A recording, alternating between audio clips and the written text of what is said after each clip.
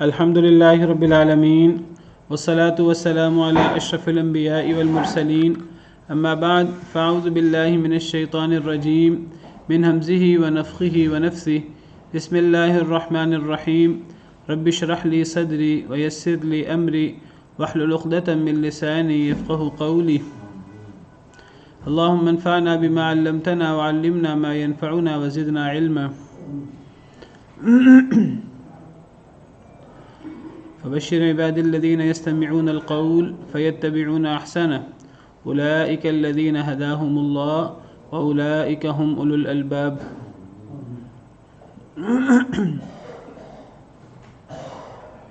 أعوذ بالله من الشيطان الرجيم بسم الله الرحمن الرحيم وَلَكُمْ نِصْفُ مَا تَرَكَ أَزْوَاجُكُمْ إِن لَّمْ يَكُن لَّهُنَّ وَلَدٌ، اور تمہارے لیے یہ نصف حصہ ہے اس سے جو چھوڑیں تمہاری بیویاں، إِن لَّمْ يَكُن لَّهُنَّ وَلَدٌ، اگر نہ ہو ان کی اولاد۔ میں نے آپ سے ذکر کیا تھا کہ یہ جو وارث بنتے ہیں تو سب سے قوی سبب جس کے ذریعے کوئی شخص مرنے والے کا وارث بنتا ہے وہ تو خون کا رشتہ ہے جس کو نسبی تعلق کہتے ہیں۔ نسبی تعلق سے سب سے زیادہ ورثہ بنتے ہیں، اور جو نسبی تعلق ہے اس کی 3 قسمیں ہیں جیسے میں پہلے ذکر کر چکا ہوں۔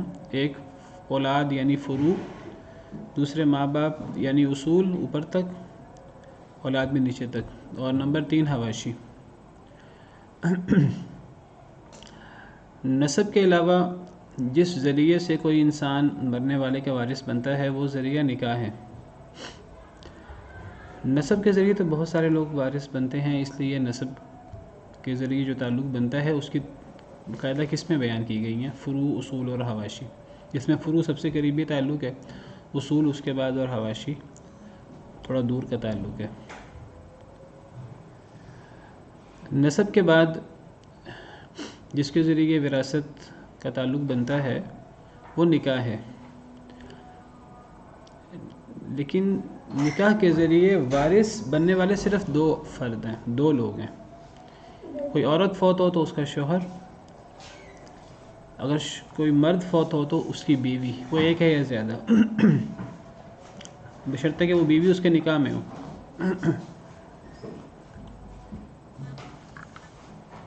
تو نکاح یہ بھی وراثت کا ایک اہم سبب ہے، لیکن یہ بات یاد رکھیے کہ نکاح سے جو وراثت ہوگی، جیسے میں نے ذکر کیا، عورت کا وارث صرف اس کا شوہر ہوگا اور مرد کا وارث صرف اس کی بیوی، ایک یا زیادہ، جو ابھی اس کے نکاح میں ہیں، جب وہ فوت ہوا وہ ہوں گی، اور کوئی نہیں ہوگا۔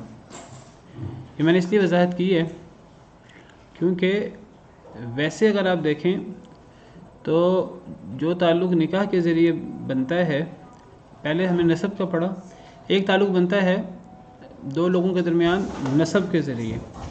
نسب کا تعلق تو بہت زیادہ تعلق بنتے ہیں اور بہت زیادہ رشتے قائم ہوتے ہیں نسب سے، لیکن آپ دیکھیں ان میں سے چند لوگ وارث ہیں۔ ہم نے کہا مثلاً اولاد میں بیٹا بیٹی، وہ جتنے بھی ہوں جو سگے بیٹا بیٹی ہیں، اور پوتا پوتی، بیٹی کی اولاد وارث نہیں ہے حالانکہ وہ بھی، اس کا بھی نسبی تعلق ہوتا ہے۔ پوتی کی اولاد وارث نہیں ہے حالانکہ اس سے بھی نسبی تعلق ہوتا ہے۔ اصول میں ہم نے کہا کہ ماں باپ وارث ہیں، اور ماں باپ کے بعد پھر جد وارث ہے، جد صحیح یعنی دادا پردادا وغیرہ جس میں عورت کا واسطہ نہ آئے، لیکن جد فاسد وارث نہیں ہے حالانکہ تعلق تو نسبی اس سے بھی ہے، ماں کا باپ، دادی کا باپ۔ جدہ صحیح ہے وارث ہے جس میں میت میں جد فاسد نہ آئے، جدہ فاصلہ وارث نہیں ہے، مثلا نانا کی ماں، وہ وارث نہیں ہے حالانکہ نسبی تعلق تو اس سے بھی ہے۔ تو نسبی تعلق بہت سارے لوگوں سے ہوتا ہے جس سے اور فقہی احکامات ثابت ہوتے ہیں، نکاح نہیں ہو سکتا، کوئی کسی کا محرم ہے کہ نہیں، پردہ ہوگا نہیں ہوگا، وہ الگ احکامات ہیں۔ لیکن آپ دیکھیے وراثت کے احکامات الگ ہیں۔ اسی طرح ہم پڑھیں گے حواشی کے بارے میں بھی، ابھی ہم نے حواشی کا نہیں پڑھا۔ پہلی آیت کریمہ میں ہم نے نسب کے دو جو پہلی قسمیں ہیں اہم فروع اور اصول ان کا ذکر پڑا ہے پہلی آیت کریمہ میں. دوسری آیت کے شروع میں نکاح کا ذکر ہے اور دوسری آیت کے آخر میں پھر حواشی کا ذکر ہوگا. انشاءاللہ وہ پڑھتے ہیں آج اللہ کی توفیق سے انشاءاللہ.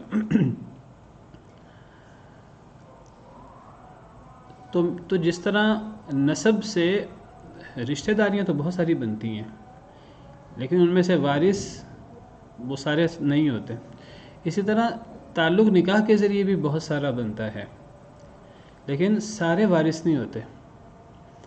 تعلق سے میری مراد ہے کہ کچھ ایسے تعلق جن پر فقہی احکام مرتب ہوتے ہیں. مثال کے طور پر جب لڑکا لڑکی میں مرد عورت میں نکاح ہوتا ہے تو یہ صرف ایک لڑکا اور لڑکی کا آپس کا تعلق نہیں ہوتا, یہ دو خاندانوں کا ملاپ ہوتا ہے, دو خاندانوں کا تعلق ہوتا ہے. مرد جو ہے وہ اس کا شادی ہوتی ہے کسی عورت سے, جو بھی طریقہ شادی کا, تو اس کا تعلق صرف عورت سے نہیں بنتا, اس کا تعلق عورت سے, عورت کے ماں باپ سے, عورت کے بہن بھائیوں سے, اور عورت کے اگر بچے ہوں پچھلے شوہر سے, سب سے اس کا ایک تعلق ہوتا ہے. اس پر فقہی احکام مرتب ہوتے ہیں, کس سے پردہ کرنا ہے, کس سے پردہ نہیں کرنا, کون محرم ہے, کون محرم نہیں ہے, کس سے نکاح ہو سکتا ہے, کس سے نکاح نہیں ہو سکتا, کس کی کفالت کی ذمہ داری ہے, کس کی کفالت کی ذمہ داری نہیں ہے. بہت سارے فقہی احکام مرتب ہوتے ہیں. اسی طرح بیوی پر بھی, جس عورت کی مرد سے شادی ہو اس کا صرف مرد سے شوہر سے تعلق نہیں ہوتا بلکہ اس کا شوہر کے ماں باپ سے, شوہر کے ماں باپ اس کے ساس سسر ہوتے ہیں. شوہر کا باپ اس کا محرم ہوتا ہے, اس سے پردہ نہیں ہوتا, اس سے پوری زندگی اس کی شادی نہیں ہو سکتی, چاہے میاں بیوی کا آپس کا تعلق ٹوٹ بھی جائے, اللہ نہ کرے, وفات ہو جائے کسی کی یا طلاق ہو جائے اللہ نہ کرے, تو اب وہ حرمت کا تعلق تو دائمی قائم ہو گیا. اس طرح کے اور احکامات بھی ہیں, وہ سب احکامات الگ ہیں. اللہ تعالیٰ قرآن کریم میں فرماتے ہیں کہ اللہ نے جو تعلق بنایا ہے لوگوں کا آپس میں, اللہ نے وہ ایک نسب کا تعلق بنایا ہے اور ایک اللہ نے سسرالی تعلق بنایا ہے. سورہ فرقان میں اللہ رب العالمین کا ارشاد ہے وَهُوَ الَّذِي خَلَقَ مِنَ الْمَاءِ بَشَرًا فَجَعَلَهُ نَسَبًا وَصِهْرًا. سورہ فرقان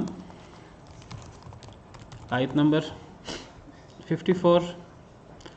اللہ اپنے احسانات گنواتے ہوئے بیان فرماتے ہیں, اللہ وہ ذات ہے جنہوں نے پانی سے انسان کو پیدا کیا, فَجَعَلَهُ نَسَبًا وَصِهْرًا, تو اللہ نے اس انسان کو جسے پانی سے پیدا کیا اس انسان کا نسب بھی بنایا ہے, نسبی تعلق بہت سارے لوگوں سے, اور اس کا سحری تعلق بھی بنایا ہے. سحر سے مراد سسرالی تعلق ہے, نکاح کا تعلق. اب یہ نکاح کا تعلق صرف میں نے بتایا میاں بیوی میں نہیں ہوتا, یہ میاں بیوی یہ جو ہے وہ باقاعدہ دو خاندانوں کا تعلق ہوتا ہے. باقی ہر تعلق, ہر شوہر کے ساتھ تعلق کے اپنے حکام ہیں, ساس سسر کے ساتھ تعلق کے اپنے حکام ہیں, اور شوہر کے بہن بھائیوں کے ساتھ اور انداز کا ہوتا ہے, شوہر کے بچوں کے ساتھ اگر پچھلی کسی اور بیوی سے ہیں ان کے ساتھ بھی تعلق ہوتا ہے بیوی کا, چاہے وہ عورت کے اپنے بچے نہ ہوں. ہر ایک کے اپنے احکامات ہیں. تو اللہ نے باقاعدہ اس کو اپنے احسانات میں شمار کیا ہے. اللہ نے نسبی تعلق بھی بنایا ہے اور سسرالی تعلق بھی بنایا ہے.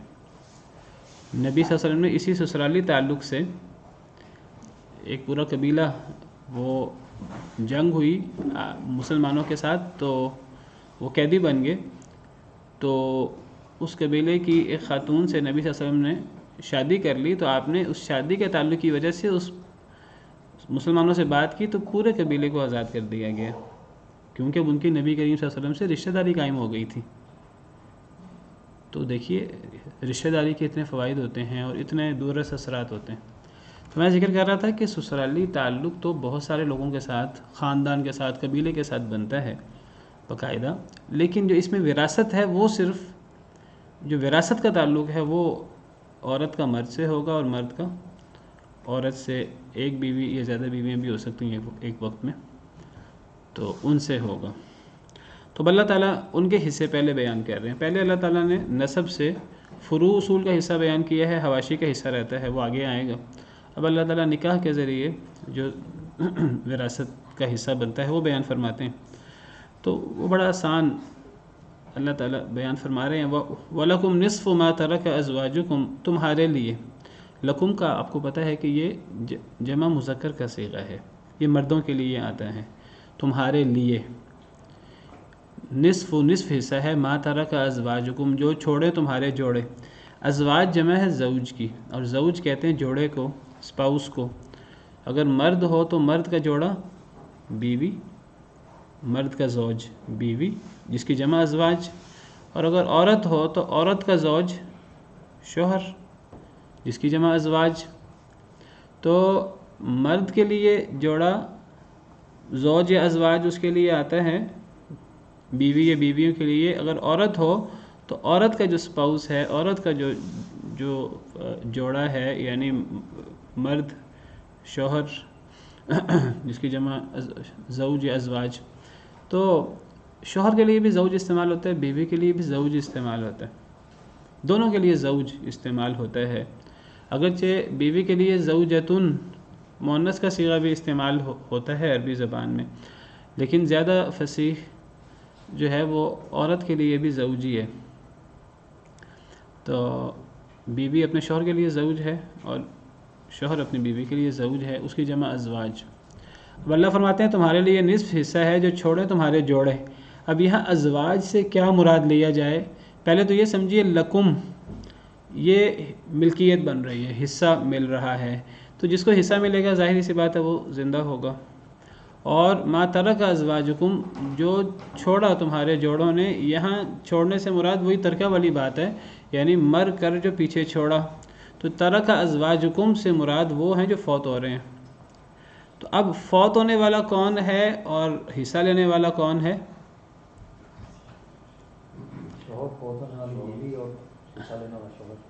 یہ کیسے پتہ لگا کہ یہاں فوت ہونے والی بیوی ہے؟ حالانکہ زوج کی جمع ازواج، زوج شوہر کے لیے بھی استعمال ہوتا ہے، بیوی کے لیے بھی استعمال ہوتا ہے، تو پتہ کیسے لگے گا کہ یہاں فوت ہونے والی بیوی ہے اور حصہ لینے والا شوہر ہے؟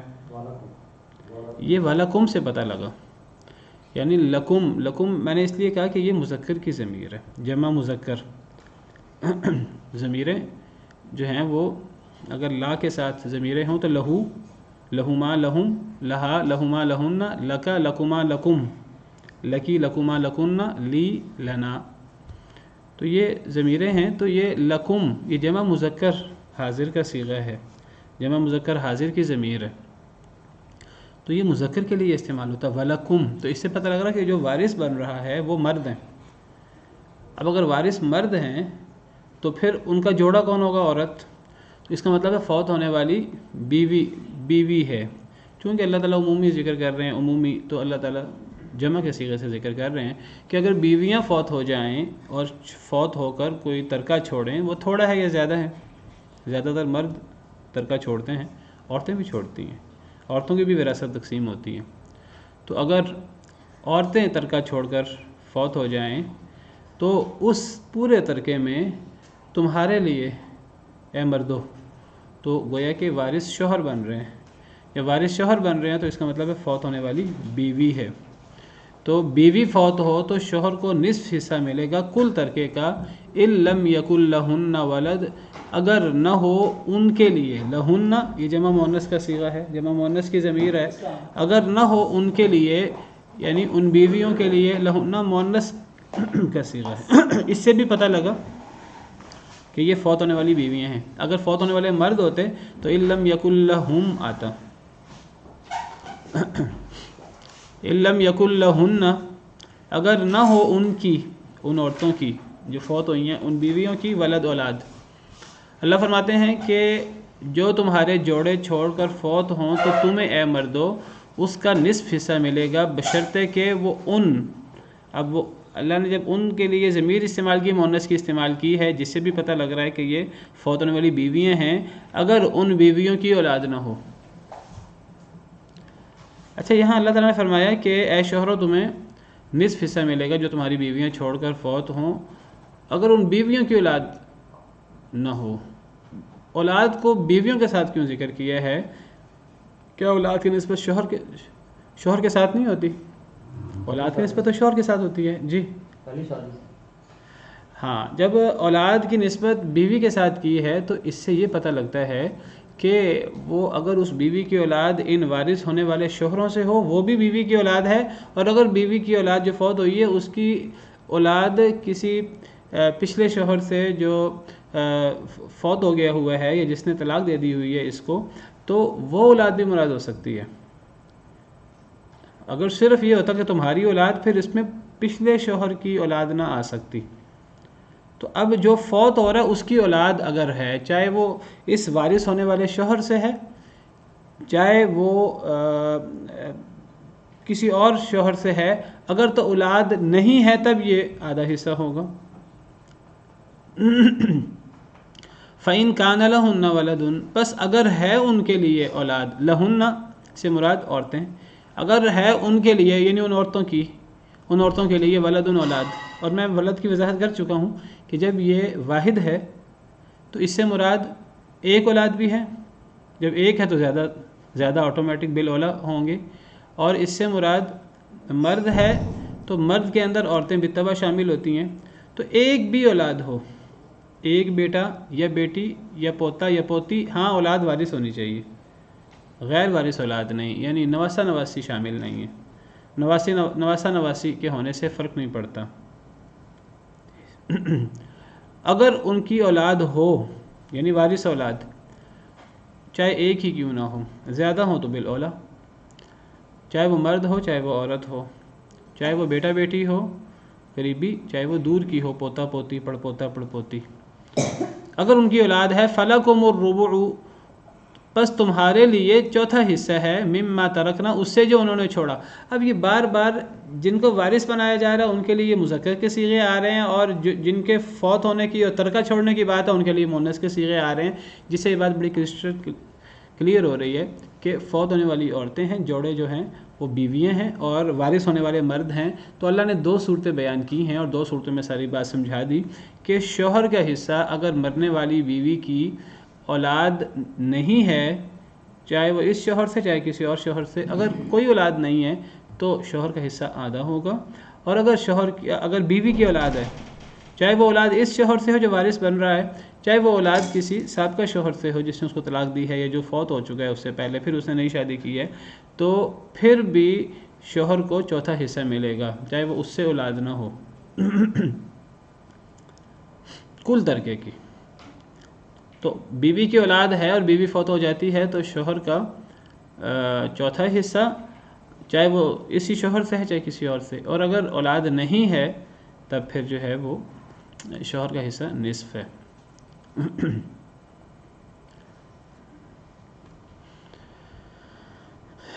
فرمایا من بعد وصیت یوصین بها او دین، اس وصیت کے بعد جو وہ عورتیں وصیت کر جائیں یا قرض کے بعد، چونکہ اب یہاں فوت ہونے والی عورت ہے، بیوی ہے، تو یوصین یہ بھی مؤنث کا صیغہ ہے، تو یہ وہی بات ہے جو پیچھے ہم نے پڑھا کہ یہ جو شوہر کا حصہ ہوگا یہ بھی وصیت اور قرض کے بعد ہوگا، اور میں بتا چکا ہوں کہ پہلے قرض ادا کیا جائے گا، پھر وصیت کا معاملہ دیکھا جائے گا، پھر اس کے بعد شوہر کو حصہ ملے گا۔ وہ شوہر ہے یا پیچھے جسے ہم نے پڑھا وہ اولاد ہے یا وہ ماں باپ ہے، جس کا بھی حصہ ہے تو وہ حصہ وہ وصیت اور قرض کے بعد ہی ہوگا، تجہیز و تکفین، قرض اور وصیت کے بعد۔ تو یہ شوہر کے دو حصے بنے، اگر بیوی کی اولاد نہیں ہے تو آدھا، بیوی کی اولاد ہے تو چوتھا حصہ۔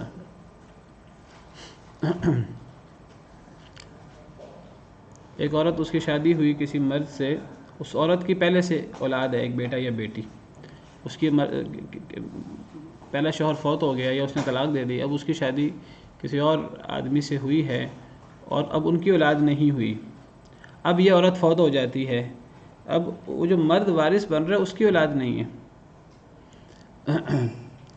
تو اب یہ بیوی اس کی کتنی جائیداد کا وارث شوہر ہوگا؟ چوتھے حصے کا، چاہے اس سے اولاد نہیں بھی ہے تب بھی 6 لاکھ میں سے 1.5 لاکھ شوہر کو ملے گا، چاہے وہ اس سے اولاد ہو چاہے کسی اور شوہر سے ہو، اور اگر اولاد نہ ہوتی تو شوہر پھر کل مال کے آدھے حصے کا وارث ہوتا۔ دونوں صورتوں میں شوہر کا حصہ فرضی ہے، چونکہ یہ حصہ یہ نکاح سے مل رہا ہے، نکاح سے جو حصے ملتے ہیں وہ فرضی حصے ہوتے ہیں۔ مرد بھی نکاح سے فرضی حصہ لیتا ہے نکاح کے تعلق سے۔ وَلَهُنَّ الرُّبُعُ مِمَّا تَرَكْتُمْ إِن لَّمْ يَكُن لَّكُمْ وَلَدٌ، اور ان کے لیے چوتھا حصہ ہے، ان کے لیے، لہن یہ جمع مؤنث کا صیغہ ہے، ان کے لیے یعنی ان عورتوں کے لیے، اور ربع چوتھا حصہ ہے، 1/4 ہے، مما اس سے جو تم چھوڑ کر، تم فوت ہو جاؤ چھوڑ کر۔ اب ترکتم یہ مذکر کا صیغہ ہے، تم یعنی اے مردو، اے شوہرو، اگر تم فوت ہو جاؤ اور تم جائیداد چھوڑو تو اس کل جائیداد کا چوتھا حصہ ان عورتوں کو ملے گا، تمہاری بیویوں کو، اِن لَّمْ يَكُن لَّكُمْ وَلَد، اگر نہ ہو تمہاری اولاد۔ اسی ایک اصول ملا ہمیں، جب بھی کوئی مسئلہ ہو وراثت کا تو ہمیں رشتوں کو ہمیشہ میت کے حوالے سے دیکھنا چاہیے۔ ہم عام طور پہ کیا گڑبڑ کرتے ہیں اور اس سے کئی دفعہ مسئلہ بالکل چینج ہو جاتا ہے، ہم جب مفتی صاحب کو، عالم صاحب کو مسئلہ بتاتے ہیں تو ہم مثلا اولاد جاتی ہے مفتی صاحب کے پاس، کسی عالم کے پاس کہ جی میرے وراثت میں مسئلہ حل کر دیں، وہ عالم صاحب کو مسئلہ بتاتی ہے کہ جی ہمارے والد صاحب فوت ہو گئے تو 3 بھائی 3 بہنیں چھوڑے انہوں نے، وہ 3 بھائی 3 بہنیں بتا رہا ہوتا ہے اپنے حوالے سے کہ وہ 3 بھائی اور 3 بہنیں ہوتے ہیں، والد صاحب سے ان کا رشتہ بہن بھائی کا نہیں ہے، والد صاحب سے ان کا کیا رشتہ ہے؟ بیٹا بیٹی کا۔ تو وہ جو مسئلہ بیان کرتا ہے وہ کہتا ہے کہ والد صاحب فوت ہوئے تو انہوں نے جو ہے وہ 3 بھائی 3 بہنیں چھوڑے اور ایک والدہ ہے ہماری۔ اب دیکھیے کہ وہ تو سارے رشتے بیان کر رہے ہیں اپنے حوالے سے، ہم 3 بھائی ہیں 3 بہنیں ہیں اور ہماری والدہ ہے، حالانکہ سوال کرنے کا بھی ایک ادب ہوتا ہے، ایک طریقہ ہوتا ہے، وہ سوال کرنے کا طریقہ ہمیں آنا چاہیے۔ ہمیں جب بھی مسئلہ بیان کرنا ہے وراثت کا تو تمام رشتے میت کے حوالے سے بیان کرنے چاہیے، اپنے حوالے سے نہیں بیان کرنے چاہیے۔ ہماری پھپھی بھی ہے، پھپھی کا کتنا حصہ ہوگا؟ یہ پھپھی کا تو حصہ ہوتا ہی نہیں ہے، ہاں میت کی بہن کا حصہ ہوتا ہے، تو اگر میت کی بہن ہے تو اسے اگر آپ کہیں گے پھپھی کا کتنا حصہ ہے تو وہ تو مفتی صاحب کہہ دیں گے پھپھی کا حصہ ہوتا ہی نہیں ہے، لیکن بہن ہو، بہن کا حصہ ہوتا ہے، ہم پڑھیں گے آگے، اگر اولاد نہ ہو تو بہن کا حصہ ہوتا ہے۔ تو رشتے چینج نہیں کرنے، مسئلہ بیان کرتے ہوئے رشتے بیان کرنے میت کے حوالے سے۔ اسی لیے اللہ تعالیٰ نے جب اولاد کی بات کی ہے کہ بیوی فوت ہو تو اللہ نے کہا بیوی کی اولاد ہے کہ نہیں، اگر بیوی کی اولاد ہے تو شوہر کا حصہ چوتھا ہے، چاہے وہ اسی شوہر سے چاہے کسی اور شوہر سے، اور اگر بیوی کی اولاد نہیں ہے، اگر وہ فوت ہوئی ہے تو شوہر کا حصہ آدھا ہے۔ اسی طرح اللہ فرماتے ہیں اگر شوہر فوت ہوا ہے، مرد فوت ہوا ہے، تو اگر مرد کی اولاد، تمہاری اگر اولاد نہیں ہے تو بیوی کا حصہ کتنا ہوا؟ چوتھا۔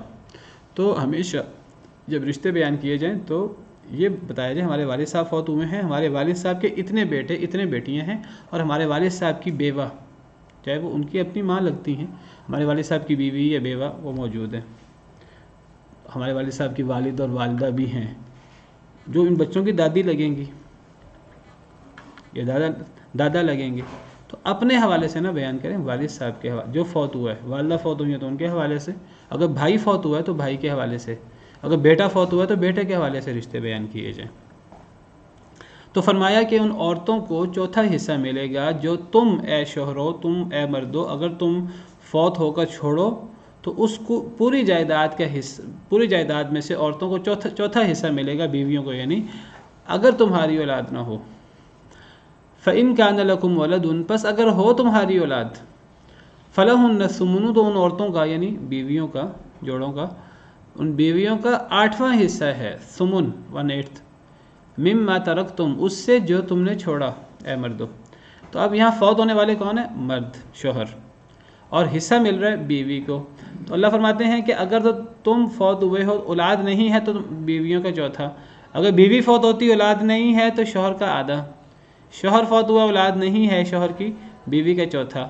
تو میاں بیوی میں بھی حصہ عورتوں کو آدھا ملتا ہے، مردوں کو ڈبل ملتا ہے۔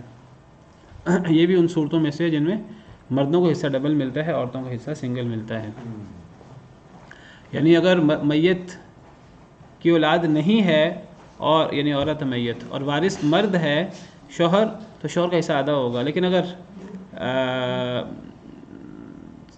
فوت مرد ہوا ہے، اس کی اولاد نہیں ہے، وارث بیوی ہے، بیوی کا حصہ آدھا نہیں ہوگا، بیوی کا حصہ چوتھا ہوگا۔ اگر میت عورت ہے اس کی اولاد ہے تو شوہر کا حصہ کتنا ہوا؟ چوتھا. اگر میت مرد ہے اس کی اولاد ہے تو بیوی کا حصہ چوتھا نہیں ہوگا، بیوی کا حصہ آٹھواں ہوگا. دونوں صورتوں میں بیوی کا حصہ اس کے بالمقابل شوہر اگر ہوتا اس سے آدھا ہے. ہاں اب اگر بیویاں زیادہ ہو جائیں 2 3 4 تو ہر بیوی کو یہ جو چوتھا حصہ ہے یا آٹھواں حصہ ہے، یہ اولاد ہونے نہ ہونے کی صورت میں اگر بیویاں ایک سے زیادہ ہو جائیں تو ہر بیوی کو چوتھا یا آٹھواں حصہ نہیں ملے گا، بلکہ انہیں 1/4 یا 1/8 میں شریک کر دیا جائے گا، جس طرح ہم نے پیچھے پوتی کے بارے میں پڑھا، جس طرح ہم نے پیچھے جدات کے بارے میں پڑھا. نانی دادی اکٹھی ہو جائیں، ہم نے کہا کہ وہ چھٹے حصے میں برابر کی شریک ہوں گی، ہر ایک کو الگ الگ چھٹا حصہ نہیں دیں گے. اسی طرح اگر ایک آدمی کی اولاد نہیں ہے، فوت ہوتا ہے، اس کی 2 بیویاں ہیں یا 4 بیویاں ہیں، بالفرض 4 بیویاں ہو سکتی ہیں بیک وقت. تو اگر ایک آدمی فوت ہوتا ہے، اس کی اولاد نہیں ہے، اس کی 4 بیویاں ہیں، تو اب یہ نہیں کہ ہر بیوی کو، اب یہاں بیوی کا حصہ چوتھا ہونا چاہیے اولاد نہ ہونے کی صورت میں. تو اب 4 بیویاں، تو یہ نہیں ہر بیوی کو چوتھا حصہ دیں. اگر ہر بیوی کو چوتھا حصہ دیں گے تو پوری جائیداد تو بیویوں میں ختم ہو جائے گی. ٹھیک ہے، باقی کہاں جائے گا؟ اگر ماں باپ بھی ہیں اس کے بہن بھائی بھی ہیں تو باقی وراثت کہاں جائے گی؟ تو بیویوں کو اگر اولاد نہیں ہے تو چوتھا حصہ ملے گا، ایک ہے تو چوتھا حصہ، زیادہ ہے تو چوتھے حصے میں شریک ہو جائیں گی. یعنی اگر 6 لاکھ جائیداد ہے تو 6 لاکھ میں سے اگر اولاد نہیں ہے شوہر کی، بیوی ہے یا بیویاں ہیں، تو وہ 1.5 لاکھ میں 1.5 لاکھ ملے گا. ایک ہے یا زیادہ، ایک ہے تو 1.5 لاکھ لے گی، زیادہ ہے تو 1.5 لاکھ میں شریک ہو جائیں گی. من بعد وصیت توصون بها او دین، اس وصیت کے بعد جو تم وصیت کرو یا قرض کے بعد. پھر اللہ تعالیٰ نے وصیت اور قرض کی بات کی، یعنی بیویاں فوت ہوں، حصہ شوہروں نے لینا ہے، یا شوہر فوت ہوں، حصہ بیویوں نے لینا ہو. اس میں بھی وہ جو پیچھے ہم نے پڑھا اولاد کے بارے میں اور ماں باپ کے بارے میں کہ وہ وصیت اور قرض کے بعد تقسیم ترکہ ہوگا، یہاں بھی ایسے ہی ہے. یہاں بھی وصیت اور قرض کے بعد ہی ترکہ تقسیم ہوگا. یہاں میں وضاحت کر دوں کہ ابھی پھر دوبارہ نسب کی بات شروع ہو گئی، بہن بھائیوں کی، پھر نسب کی بات شروع ہو گئی. اور پچھلی آیت میں اللہ نے 2 نسبی جو رشتے ہیں، اولاد فروع اور ماں باپ یعنی اصول، ان کی بات کی ہے، ان کا تعلق نسب سے ہے. نسب کے رشتے کا اور نکاح کا جو تعلق ہے، اس میں بڑا واضح فرق ہوتا ہے. اور فرق یہ ہوتا ہے کہ جو نسب کا رشتہ ہے، یہ جب انسان پیدا ہوتا ہے تو پیدا ہونے کے ساتھ آٹومیٹک اس کا کسی نہ کسی سے نسبی تعلق ہوتا ہے. یعنی جب کوئی انسان فوت ہوتا ہے، یہ نہیں ہوتا کوئی انسان کسی نسبی رشتے کے بغیر ہی دنیا میں آ جائے، وہ کسی نہ کسی نسبی رشتے کے ساتھ دنیا میں آتا ہے. اللہ نے ایک سسٹم بنایا ہے، میاں بیوی ہوتے ہیں، پھر اولاد ہوتی ہے. تو جو بھی اولاد ہوگی اس کا کسی نہ کسی سے نسبی رشتہ ہوگا. نسبی رشتے کے بغیر اولاد وجود میں نہیں آتی، ماں باپ کے بغیر. تو نسبی رشتہ آٹومیٹک موجود ہوتا ہے. انسان اپنی مرضی سے فیصلہ نہیں کرتا. اللہ ایک انسان کو جہاں پیدا کر دے، جس ملک میں پیدا کر دے، جس خاندان میں، جس ذات میں پیدا کر دے، جس گھر میں پیدا کر دے، وہ اللہ کی مرضی ہے. انسان کا اس میں عمل دخل نہیں ہوتا. جو نکاح کا تعلق ہے، کہنے کو یہ لوگ خود چنتے ہیں اپنے اشتہار سے، اپنی مرضی سے. اگرچہ چنتا انسان وہی ہے جہاں اللہ نے پہلے سے لکھ رکھا ہوتا ہے. اللہ کے پاس چیزیں لکھی ہوئی ہوتی ہیں، لیکن اس میں ایک حد تک انسان کا اختیار ہوتا ہے. تو نسبی رشتہ یہ پہلے سے موجود ہوتا ہے. جب نسبی رشتہ شروع سے موجود ہوتا ہے تو پھر نسبی رشتہ یہ مرتے دم تک قائم رہتا ہے، یہ ختم نہیں ہو سکتا. اگر اللہ نے کسی کو آپ کا باپ بنایا ہے، اللہ نے آپ کو اس کے گھر میں پیدا کیا ہے، کسی کو آپ کی ماں بنایا ہے، تو یہ رشتہ ٹوٹ نہیں سکتا، آپ چاہیں یا نہ چاہیں. آپ اسے توڑ نہیں سکتے. میں نے اس لیے وضاحت کر دی کہ بعض لوگ اپنے اولاد کی، بہن بھائیوں کی آپس میں ناراضگی پر وہ کہتے ہیں میں آپ کو آگ کرتا ہوں، میں آپ کے کسی قول و فعل کا ذمہ دار نہیں ہوں، آپ میری جائیداد میں وارث نہیں ہیں. یہ آگ اوگ سے کچھ نہیں ہوتا وراثت میں. کوئی آپ کا کتنا فرما بردار ہے، کوئی آپ کا کتنا خیر خواہ ہے، کوئی آپ کا خیر خواہ نہیں ہے، اس کی جزا، اس کا بدلہ اچھا یا برا یہ قیامت کے دن ملے گا یا دنیا میں اللہ تعالیٰ چاہے تو سزا دے دے، اس کا وراثت کے اوپر اثر نہیں پڑتا۔ وراثت میں یہ نہیں دیکھا جاتا کہ دو بیٹے ہیں اگر کسی آدمی کے تو جو زیادہ فرما بردار ہے اسے زیادہ وراثت دی جائے، جو کم فرما بردار ہے اسے کم وراثت دی جائے۔ بڑا چھوٹا ہونے کا فرق نہیں پڑتا، فرما بردار اور نافرمان ہونے کا فرق نہیں پڑتا۔ باپ کسی کو آنکھ نہیں کر سکتا، اولاد باپ کو، بھائی کو آنکھ نہیں کر سکتا وراثت کے حوالے سے۔ وراثت مل کر رہے گی۔ ایک صورت ہے وراثت نہ لینے کی، یا تو کوئی قریبی رشتہ دار آ جائے، بیٹا پوتا آ جائیں تو پوتا وارث نہیں ہوگا، یا یہ ہے کہ کسی کا دین مختلف ہو جائے یا کوئی کسی کو قتل کر دے۔ تو کچھ موانع بھی ہیں وراثت کے، کوئی معنی آ جائے تو ایک الگ چیز ہے، دین فرق ہو تو اس میں وارث نہیں ہوتے ایک دوسرے کے، قتل بھی معنی ہے، غلامی بھی معنی ہے۔ تو ورنہ یہ رشتے خود بخود بنتے ہیں، کوئی کسی کو محروم نہیں کر سکتا۔ جو نکاح کا تعلق ہے، نکاح یہ باقاعدہ تعلق خود قائم کیا جاتا ہے۔ اگرچہ میں نے بتایا فیصلہ تو ہر جگہ اللہ کا چلتا ہے، فیصلہ یہاں بھی اللہ کا چلتا ہے۔ انسان سمجھتا ہے کہ میں نے یہ رشتہ چنا ہے، میں نے، یہ میرے ماں باپ نے۔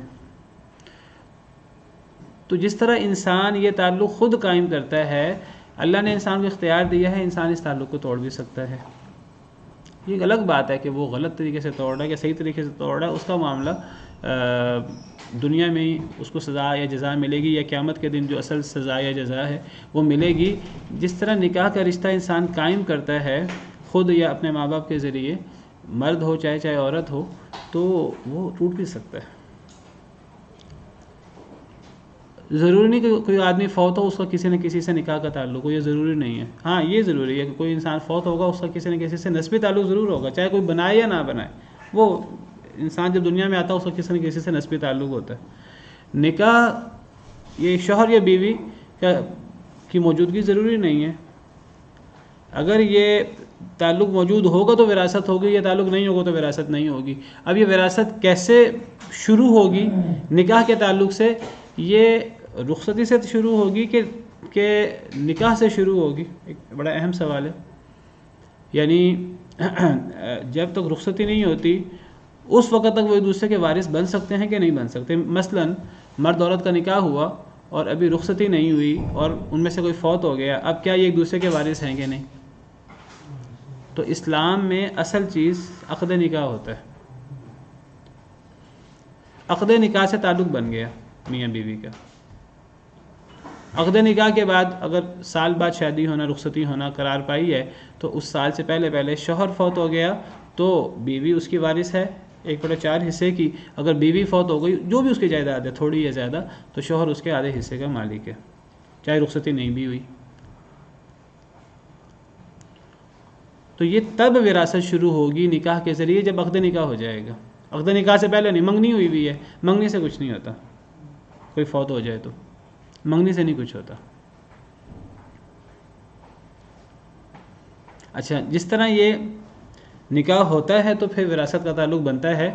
یہ پہلے نہیں تھا بعد میں ہوا تو یہ ختم بھی ہو سکتا ہے۔ تو اگر نکاح باقی ہے تو وراثت کا تعلق رہے گا، اگر نکاح ختم ہو جائے تو وراثت کا تعلق ختم ہو جائے گا۔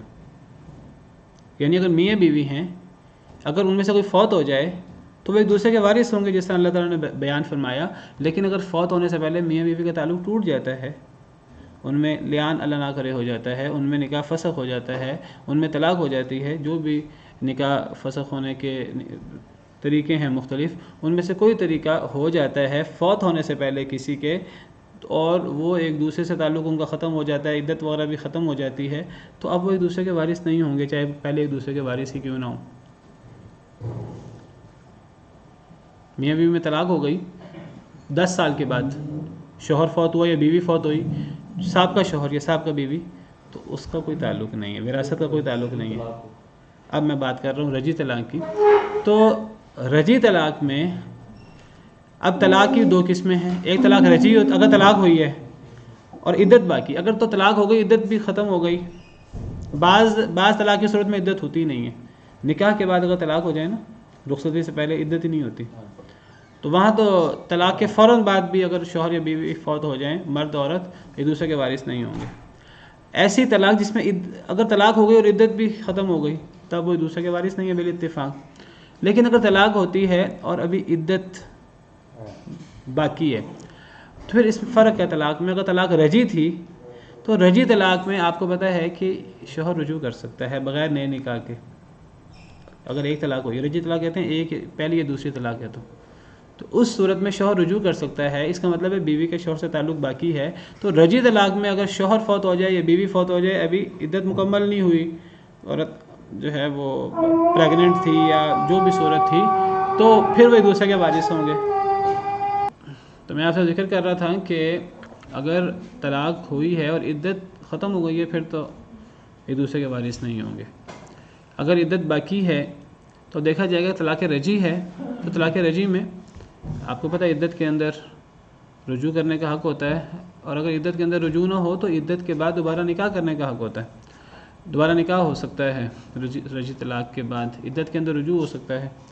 تو اگر عدت کے اندر شوہر یا بیوی فوت ہو جائیں تو ایک دوسرے کے وارث ہوں گے. اگر طلاق بائنہ ہو، 3 طلاقیں ہوں، تو اس میں عدت کے دوران بھی اگر شوہر یا بیوی میں سے کوئی فوت ہو جائے تو ایک دوسرے کے وارث نہیں ہوں گے، کیونکہ طلاق بائنہ میں 3 طلاقوں کے بعد عدت کے اندر رجوع بھی نہیں ہو سکتا، عدت کے بعد نکاح بھی نہیں ہو سکتا، الا یہ کہ وہ عورت کسی اور مرد سے شادی کرے. اور ہاں، اگر کسی شخص نے اپنے مرض الموت میں، مریض ہونے کی حالت میں اس ڈر سے عورت کو طلاق دی، تیسری طلاق، کہ یہ عورت اس کو کوئی ناراضگی تھی عورت سے کہ عورت میری وارث نہ بن جائے، اگر اس نے مرض الموت میں تیسری طلاق دی ہے اور عدت کے اندر وہ فوت ہو گیا ہے، تو ایسی صورت میں چاہے وہ تیسری طلاق ہے وہ عورت اس کی وارث ہوگی. اگر شوہر نے بیوی کو محروم کرنے کے لیے، وراثت سے غصہ نکالنے کے لیے طلاق دی اگر، اور عدت کے اندر وہ فوت ہو گیا، تو ایسی طلاق کا اعتبار نہیں ہوگا. حضرت عبد الرحمن بن عوف کے بارے میں، پہلی دوسری میں تو وہ پہلی یعنی طلاق رجی میں تو عدت کے اندر شوہر فوت ہو جائے، بیوی فوت ہو جائے، دوسرے کے وارث ہیں، عدت کے اندر وارث ہیں. تیسری طلاق میں عدت کے اندر وارث نہیں ہے. لیکن اگر تیسری طلاق دی ہے مرض الموت کے اندر بیوی کو محروم کرنے کی نیت سے، تو تب وہ ایک دوسرے کے وارث ہوں گے.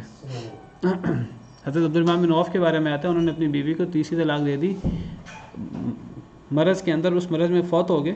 تو حضرت عثمان نے مشورہ کر کے، اپنے دور کے حضرت عثمان خلیفہ تھے، تو انہوں نے پھر مشورہ کر کے ان کی بیوی کو ان کا وارث بنایا تھا، حالانکہ وہ تیسری طلاق تھی. تو تیسری طلاق میں وارث نہیں ہوتے ایک دوسرے کے. لیکن اگر مرض الموت میں طلاق دی ہو تو ایسی طلاق کا پھر اعتبار نہیں ہوتا، پھر وہ وارث ہوتے ہیں. وَإِنْ كَانَ رَجُلٌ يُورَثُ كَلَالَةً أَوِ امْرَأَةٌ وَلَهُ أَخٌ أَوْ أُخْتٌ فَلِكُلِّ وَاحِدٍ مِّنْهُمَا السُّدُسُ. فرمایا وَإِنْ كَانَ رَجُلٌ، اور اگر ہے کوئی آدمی، یورث جس کا وارث بنا جا رہا ہے، جس کی وراثت تقسیم کی جائے گی، کلالتاً کلالہ، اب امرأۃ یا کوئی عورت، یعنی اگر کوئی آدمی جس کا وارث بنا جا رہا ہے، جس کی وراثت تقسیم کی جا رہی ہے، وہ کلالہ ہو، اب امرأۃ یا کوئی عورت. اب یہ کلالہ کسے کہا جا رہا ہے، مرد یا عورت کو؟ جو فوت ہو رہے ہیں وہ کلالہ ہیں یا جو وارث بن رہے ہیں وہ کلالہ ہیں؟ وَإِنْ كَانَ رَجُلٌ يُورَثُ، یہ نہیں کہا وَإِنْ كَانَ رَجُلٌ يَرِثُ، اور اگر کوئی آدمی جو وارث بن رہا ہے، یہ نہیں کہا، یورث کہا ہے، مجہول ہے، یعنی جس کا وارث بنا جا رہا ہے. تو ایک ہوتا وارث بننے والا، اور ایک جس کا وارث کوئی اور بن رہا ہوتا ہے. تو جس کا وارث بنا جا رہا ہو وہ تو میت ہوتا ہے نا، مرنے والا ہوتا ہے.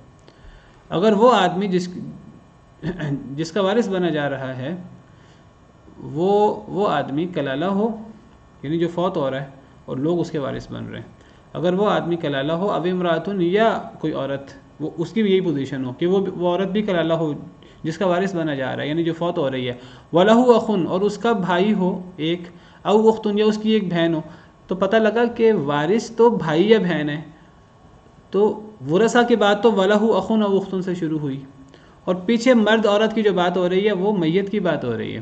یعنی اگر مرنے والا مرد یا مرنے والی عورت جس کی وراثت تقسیم ہونے والی ہے، جس کی وراثت تقسیم کی جائے گی، تو اگر وہ مرنے والا مرد یا عورت کلالہ ہو اور اس کلالہ مرد یا عورت کا ایک بھائی یا ایک بہن ہو، تو اب بہن بھائی کی وراثت کی بات شروع ہو گئی، تو اللہ فرماتے ہیں فَلِكُلِّ وَاحِدٍ مِّنْهُمُ السُّدُسُ، تو ان میں سے ہر ایک کو چھٹا چھٹا حصہ ملے گا، چاہے بھائی ہو چاہے بہن ہو۔ تو اب اللہ تعالیٰ نے یہاں بھائی اور بہن کی وراثت کے لیے ایک تو شرط لگائی کہ مرنے والا کلالہ ہو، چاہے مرد ہو یا عورت، وضاحت کرتا ہوں، اور دوسری شرط لگائی کہ ایک بھائی ہو یا ایک بہن ہو۔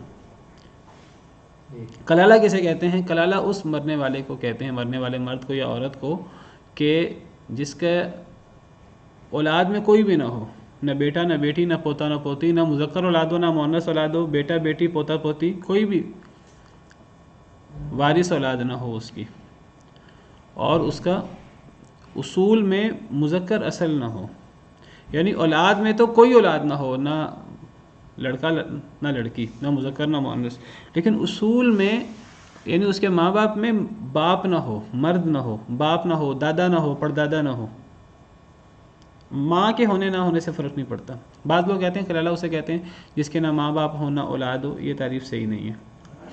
کلالہ کی صحیح تعریف سیدنا ابوبکر صدیق رضی اللہ عنہ اور دیگر صحابہ کرام سے جو ثابت ہے، من لا ولد لہ ولا والد، جس کی اولاد میں کوئی بھی نہ ہو اور والد نہ ہو، والد یعنی مرد اصول نہ ہو، والد میں باپ بھی آتا، دادا بھی پردادا بھی، باپ اور جد صحیح وہ بھی نہ ہو، چاہے ماں جدہ موجود ہوں اس سے فرق نہیں پڑتا، اور اولاد میں کوئی بھی نہ ہو۔ اصل میں دیکھیے کہ کلالہ میں ماں کو اور نانی دادی کو اس لیے شامل نہیں کرتے کہ ایک انسان کی اور اس کے باپ دادا کیا تو ایک ہی نسب ہوتا ہے، جو میرا نسب ہے میرے باپ کا بھی وہی نسب، جو میرے باپ کا نسب ہوگا میرا بھی وہی ہوگا، جو میرے دادا جد صحیح کا نسب ہوگا وہی میرا نسب ہوگا۔ میرا اور میری ماں کا نسب فرق ہو سکتا ہے، ٹھیک ہے، نسب تو باپ سے چلتا ہے۔ اگر باپ قریشی ہے ماں قریشی نہیں ہے تو بیٹا اولاد کیا ہوگی؟ اولاد قریشی ہوگی۔ تو ماں قریشی نہیں ہے تو اولاد قریشی ہے، تو اس کا مطلب ہے اولاد کا نسب باپ سے چلا۔ تو کلالہ میں نسب والے لوگ موجود نہ ہوں، نہ باپ نہ دادا، دادا پردادا، اور اولاد میں لڑکا لڑکی دونوں باپ کے نسب پر ہوتے ہیں۔ اگر میں باپ ہوں تو میرا اگر نسب قریشی ہے تو میرا لڑکا یا لڑکی، بیٹا یا بیٹی، یا پوتا یا پوتی، یا پڑپوتا پڑپوتی، سب کا نسب وہی ہوگا جو میرا ہے، چاہے وہ مرد ہے چاہے عورت ہے۔ چاہے بیٹا ہو وہ بھی قریشی ہوگا، بیٹی ہو وہ بھی قریشی ہوگی، کیونکہ نسب دونوں کا باپ سے چلے گا۔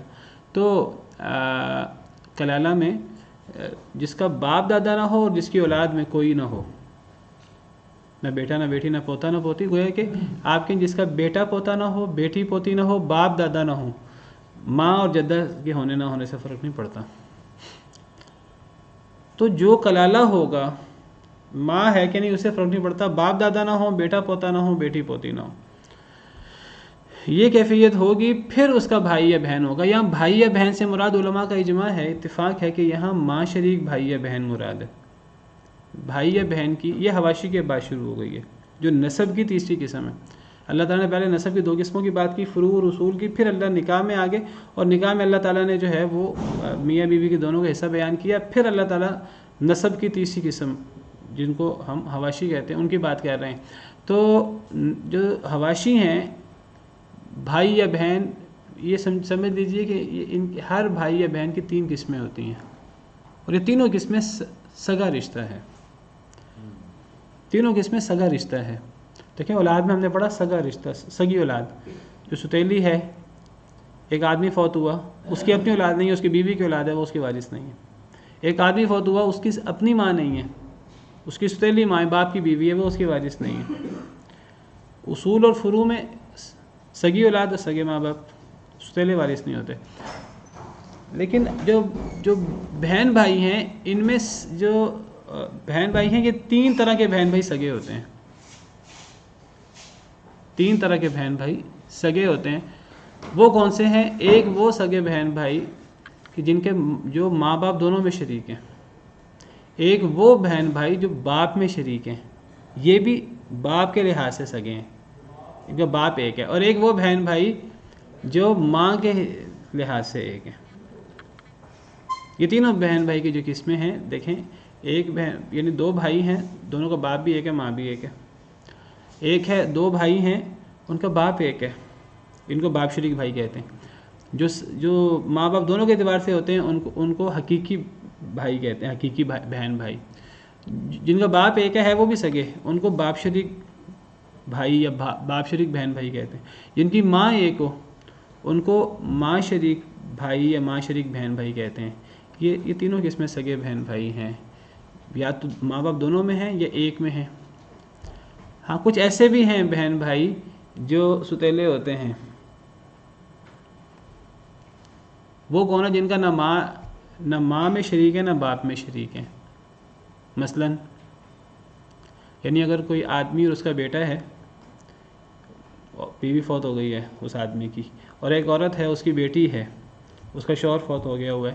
اگر یہ مرد اور یہ عورت، مرد کا بیٹا ہے اور عورت کی بیٹی ہے، اگر یہ آپس میں شادی کر لیتے ہیں، اب یہ جو ان کی اولاد ہے ان کا آپس میں بہن بھائی کا تعلق نہیں ہے، یہ ستیلے بہن بھائی ہیں. ٹھیک ہے، ان کا کوئی حصہ نہیں ہے، ان کا آپس میں بہن بھائی کا تعلق بھی نہیں ہوتا، محرم بھی نہیں ہوتے. ان کی شادی بھی ہو سکتی ہے اولاد کے آپس میں، یہ ایک دوسرے کے وارث نہیں ہوتے. لیکن حقیقی بہن بھائی ہوں، باپ شریک بہن بھائی ہوں، ماں شریک بہن بھائی ہوں، ان کا وراثت کا بھی تعلق ہے تینوں کا آپس میں، اور یہ ایک دوسرے کے محرم بھی ہوتے ہیں. تینوں قسم کے بہن بھائی، اور ان کی شادی بھی نہیں ہو سکتی.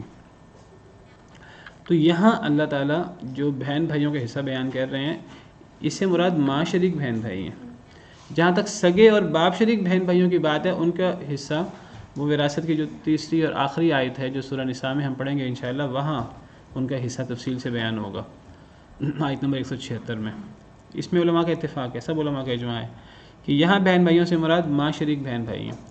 تو اگر کوئی آدمی یا عورت کلالہ فوت ہو، اس کا نہ بیٹا نہ پوتا نہ بیٹی نہ پوتی نہ باپ نہ دادا، ماں ہے یا نہیں، دادی دادی نانی دادی ہے کہ نہیں، تو کلالہ ہے اور اس کا باپ شریک بھائی، ماں شریک بھائی ہے یا ماں شریک بہن ہے، تو بھائی ہو تب بھی چھٹا حصہ، بہن ہو تب بھی چھٹا حصہ. ماں شریک بہن بھائیوں کے حصے میں فرق نہیں ہوتا مرد عورت کی وجہ سے. فَإِنْ كَانُوا أَكْثَرَ مِنْ ذَلِكَ، بس اگر وہ ہیں اس سے زیادہ، ایک بھائی یا ایک بہن، ایک ماں شریک بھائی یا ایک ماں شریک بہن سے زیادہ ہیں، فَهُمْ شُرَكَاءُ فِي الثُّلُثِ، تو وہ برابر کے شریک ہیں 1/3 حصے میں. تو یہ ماں شریک بہن بھائیوں کے 2 حصے ہیں، دونوں فرضی حصے ہیں. تو دونوں حصوں میں 2 شرطیں. ایک پہلی شرط تو کلالہ کی شرط ہے، یہ کلالہ کی صورت میں وارث ہوں گے. اگر بیٹا آ گیا یا پوتا آ گیا تو ماں شریک بہن بھائی وارث نہیں ہے. بیٹی آ گئی یا پوتی آ گئی تب بھی ماں شریک بہن بھائی وارث نہیں ہے. باپ آ گیا یا دادا آ گیا تب بھی ماں شریک بہن بھائی وارث نہیں ہے. ہاں اگر میت کی ماں ہو یا نانی دادی ہو تب ماں شریک بہن بھائی وارث ہوں گے. اگر کلالہ کی ہم یہ تعریف کریں کہ جس کی ماں بھی نہ ہو تو ماں کے آنے سے بھی ان کو محروم ہونا چاہیے. لیکن اس میں علماء کا اتفاق ہے کہ ماں کے آنے سے، نانی دادی کے آنے سے ماں شریک بہن بھائی محروم نہیں ہوتے، بلکہ اگر ماں شریک بہن بھائی ایک سے زیادہ ہوں تو ماں کا حصہ چھٹا کر دیتے ہیں، کم کر دیتے ہیں. ہم نے پیچھے پڑھا کہ اگر بہن بھائی ایک سے زیادہ ہوں گے تو وہ ماں کا حصہ، اگر اولاد نہ ہو، بہن بھائی ایک سے زیادہ نہ ہوں تو ماں کا حصہ 1/3 ہوتا ہے. اگر فَإِنْ كَانَ لَهُ إِخْوَةٌ فَلِأُمِّهِ السُّدُسُ، ہم نے پیچھے پڑھا اگر بہن بھائی زیادہ ہوں، بھائی زیادہ ہوں یا بہن بھائی زیادہ ہوں، ماں کا حصہ کم کر دیں گے وہ. تو خیافی بھائی ماں کی موجودگی میں وارث ہو سکتے ہیں، ماں کے ہونے نہ ہونے سے کلالہ میں فرق نہیں پڑتا. تو کلالہ نہ ہو تو یہ وارث نہیں ہوں گے. کلالہ ہو، مرنے والا مرد یا عورت، یعنی اس کا بیٹا پوتا نہ ہو، بیٹی پوتی نہ ہو، باپ دادا نہ ہو، تب ماں شریک بہن بھائی وارث ہوں گے. اگر ایک ہوا ماں شریک بھائی یا بہن تو چھٹا حصہ لے گا، ایک سے زیادہ ہوا تو وہ 1/3 میں برابر کے شریک ہوں گے، مردوں اور عورتوں کو فرق نہیں ہوگا. فرمایا من بعد وصیت یوصی بها او دین، اس وصیت کے بعد جو وصیت کی جائے یا قرض کے بعد. یہاں بھی وہی بات ہے، یہ 4 دفعہ اللہ نے بات دہرائی ہے. تو پہلے تجہیز و تکفین ہوگی جو قرض کا ایک حصہ ہے، پھر قرض ہوگا، پھر وصیت ہوگی، اور پھر یہ ساری تقسیم ہوگی. اللہ فرماتے ہیں غیر مضار، نقصان نہ دیا جائے. نہ قرض کے، یہ غیر مضار کا تعلق وصیت اور قرض کے ساتھ اس کو ذکر کیا. نہ وصیت میں نقصان دیا جائے، یعنی کوئی بندہ وصیت کرتے ہوئے دوسروں اپنے ورثاء کو محروم کرنے کے لیے، نقصان پہنچانے کے لیے وصیت نہ کرے، غلط وصیت نہ کرے کہ میں وصیت زیادہ کر دوں تو وہ کہ میرے ورثاء میرے نافرمان ہیں، میں ان کو وراثت نہیں دینا چاہتا، تو وہ وصیت کے اندر گڑبڑ کرے، وصیت کے اندر ضرر نہیں دینا۔ اسی طرح قرض کے اندر بھی ضرر نہیں دینا۔ قرض کے اندر ضرر کیا ہوتا ہے؟ ایک بندے کے اوپر قرض ہے ہی نہیں، وہ مرتے وقت کہہ دے میرے اوپر 10 لاکھ قرض ہے، میں نے فلاں کا دینا قرض نہیں تھا اس کے اوپر، وہ اپنے ورثاء کو نقصان پہنچانے کے لیے ناراض ان سے کسی وجہ سے، یا کہتے ہیں میرے ورثاء کو میرا جائیداد میں سے حصہ نہ ملے یا کم ملے، میرے اوپر 10 لاکھ قرض ہے، میں نے فلاں سے لیا تھا حالانکہ نہ لیا ہو۔ تو کوئی بھی ایسا معاملہ جس سے کسی کو نقصان ہو ورثاء کو نہیں کرنا چاہیے، نہ تو مرنے والا کوئی ایسا معاملہ کرے وصیت میں قرض میں ورثاء کو نقصان ہو، نہ بعد میں ورثاء کوئی ایسا معاملہ کریں کہ جس سے دیگر ورثاء کو نقصان پہنچے ناجائز۔ ہاں کوئی معاملہ کسی نے ناجائز کر دیا ہے اس کو ٹھیک کیا جا سکتا ہے، لیکن ایک صحیح چیز کو غلط نہیں کیا جا سکتا، نہ مرنے والا کرے نہ ورثاء کرے۔ وصیت من اللہ، یہ اللہ کی طرف سے وصیت ہے، یہ اللہ کا حکم ہے، اللہ کا حکم، اللہ کے رسول کا حکم وصیت ہوتا ہے، یہ اللہ کی وصیت ہے، اس پر عمل کرنا ضروری ہے۔ واللہ علیم حلیم، اللہ تعالیٰ بہت جاننے والے، بہت تحمل والے ہیں۔ اتنا ہی کافی ہے، باقی انشاءاللہ کل۔ سبحان ربک رب العزت عما یصفون وسلام علی المرسلین والحمد للہ رب العالمین۔